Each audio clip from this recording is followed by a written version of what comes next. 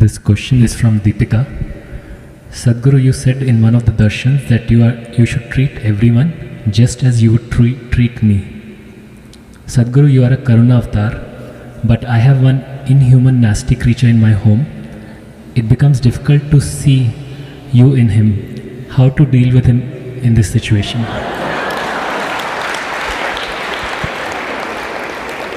In how many years of marriage does this evolution happen?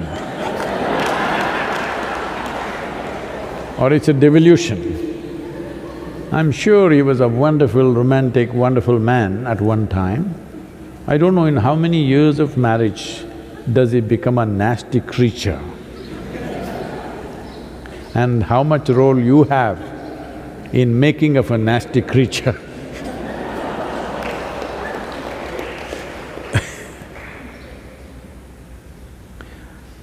See, especially if he is nasty creature, especially if it is so, this is your perception. But especially if somebody is a nasty creature in your home or in your office or wherever you are, you seeing something in a certain way is not about them, it's about you. Do you want to keep your eyes, your mind, your heart, your body pleasant or unpleasant? You make up your mind on that one.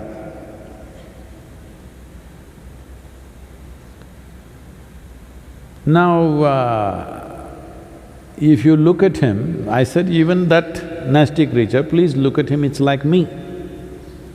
I am not telling you that you have to listen to his teaching or take new practices from him. No. I'm saying, if you have looked at me with a certain sense of reverence, devotion, love, affection, whatever is your emotion, if you have, please see everything with that, because all I'm saying is, you have a body, you have a mind, you have emotion, energy. We're talking about your emotion right now. If you hit a certain level of sweetness of emotion at one point in your life, either because of your love or devotion or compassion or whatever, you hit a certain level of sweetness, this is the high point in your life. Now you should not come back from that, you must see how to go beyond that. I am saying whatever was the highest or the sweetest or the most wonderful emotion you had, make that the baseline. Why are you coming back again? If you did not know such an emotion, then what would I tell you? Which is the sweetest emotion you had in your life? My child, okay, see everybody as your child. We've told you that at one time. Then I saw you sat here with tears of blissfulness and love coming out of you. Then I said, see everybody as you're looking at me right now, because this will make your eyes, your mind, your heart, your body and your very being sweet and wonderful. This is not about him. Especially if he's being difficult, then you are being well trained. Even if you go to hell, you will do well. Yes, because nobody has guaranteed you. Have I ever told you I will get you a ticket to heaven? I've been constantly threatening you, right here things will happen. So, you must understand this is about your transformation. The problem with you is, because you read… what are those? Well, I don't want to take names anyway. You read all those romantic books when you were a teenager and then you imagined all kinds of things. You are not first of all straight with yourself. Your hormones are working up. Suddenly you look at somebody, wow, can't believe she's so beautiful, she's so fantastic, he's so handsome, he's so wonderful, everything he does, ah! You're bullshitting yourself.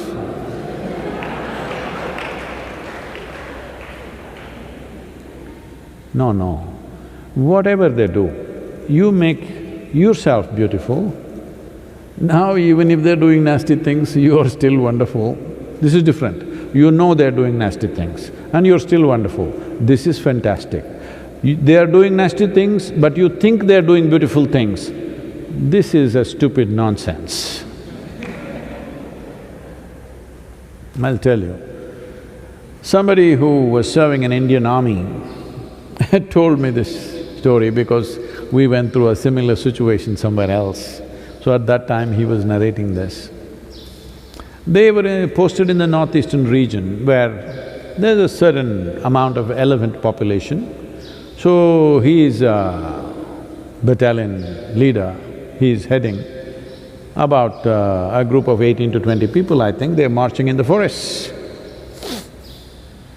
And they see a huge tusker, everybody backs off. All of them have weapons, okay, powerful weapons. This is an anti-insurgency group, that means they're fully armed and equipped. They can shoot down a tusker from 100 meters, 200 meters, whatever they want. But they all back off because that's not the reason why they are there. But he was telling me this because some situation happened like this with one South Indian person. So suddenly there was one Tamil man in the thing who was a sergeant, Havaldar. He put his weapons down and he said, "Ganapati has come, Ganesha, Ganesha." And he started chanting a mantra. He knew some Ganapati mantra, he started chanting. He ran in front and he went close to the elephant, just 50 feet away, and went down on his knees and started loudly saying the chant. The elephant looked at him, who is this bloody fool, you know? Calling him all kinds of names that he doesn't like. And these people were watching, this is some kind of a miracle happening, the elephant is just standing there and this guy is on his knees chanting. The elephant moved so quickly, and within less than 2 seconds or within probably 5 seconds, he was upon him, he just crushed him, turned back and went. These people were just aghast and they're just watching him being crushed. Then some people pulled out the weapons. When the person whom I knew was in charge of it, he calmed them down because it's already dead. The man is dead in one shot. Why I'm saying this to you is, elephant will not do… wild elephant is not going to do pleasant things to you because you call him a god. You call him Ganapati and try to worship him, he is not going to do, he will do what he has to do. Similarly, the creature in your house,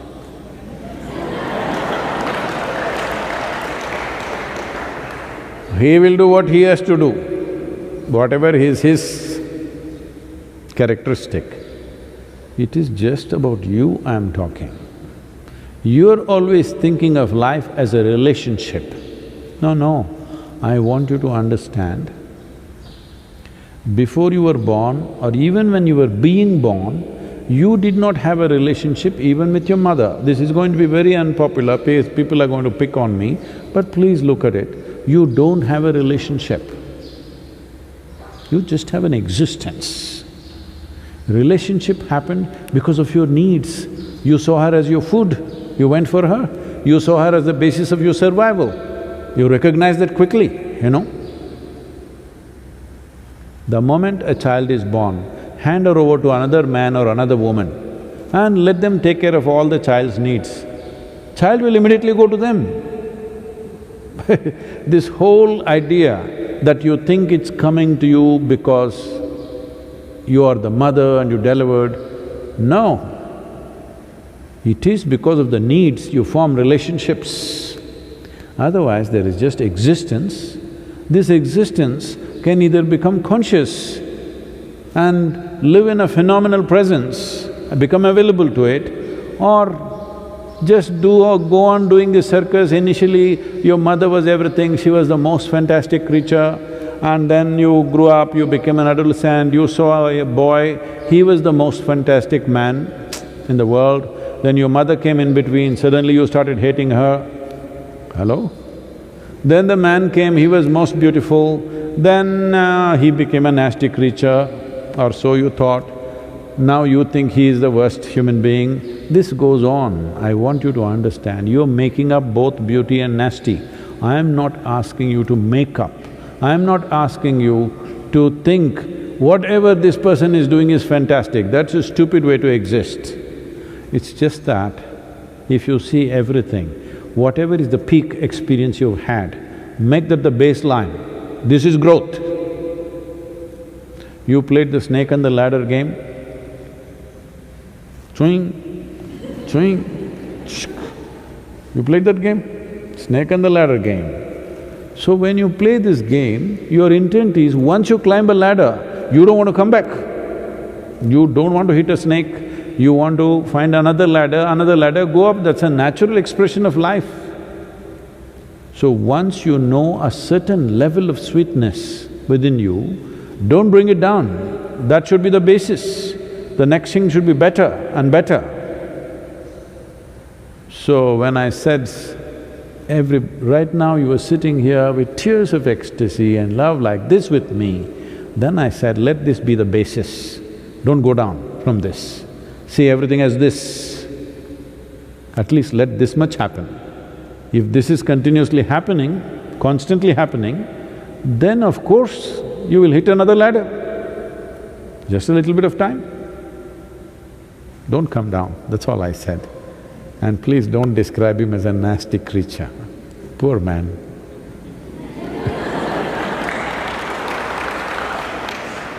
This happened. I think I told you, maybe one of these days only I told you, I don't remember, but let me repeat this. Shankaran Pillai thought his wife is having an affair, hired a detective, I'm saying it loudly because just to remind you. Said, I want proof against her.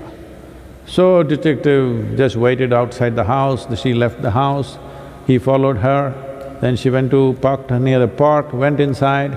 A man was sitting on the bench, the moment he saw her, he came running, she went running, they hugged, each other held hands and sat down on the bench and chatting away joyfully, laughing. He took the whole video and within a few hours he came to Shankaran Pillai in his office and said, I got all the proof that you wanted just in one day. I did my job, I have the proof, here, watch the video.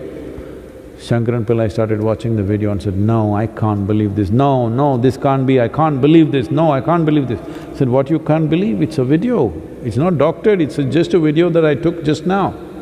He said, that's not the point, fool, I can't believe she's so much fun.